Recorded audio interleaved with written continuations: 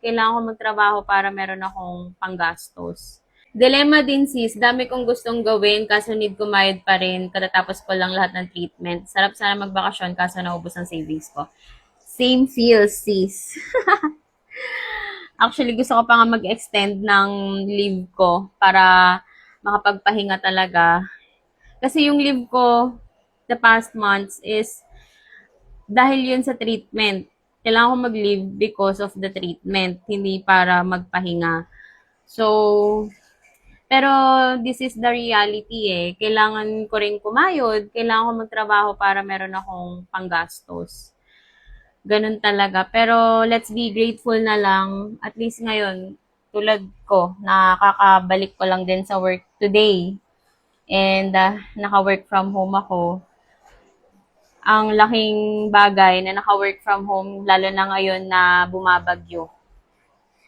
So, ayun, laban lang tayo and need kumayod. Alipin pa rin tayo ng salapi kahit may sakit tayo.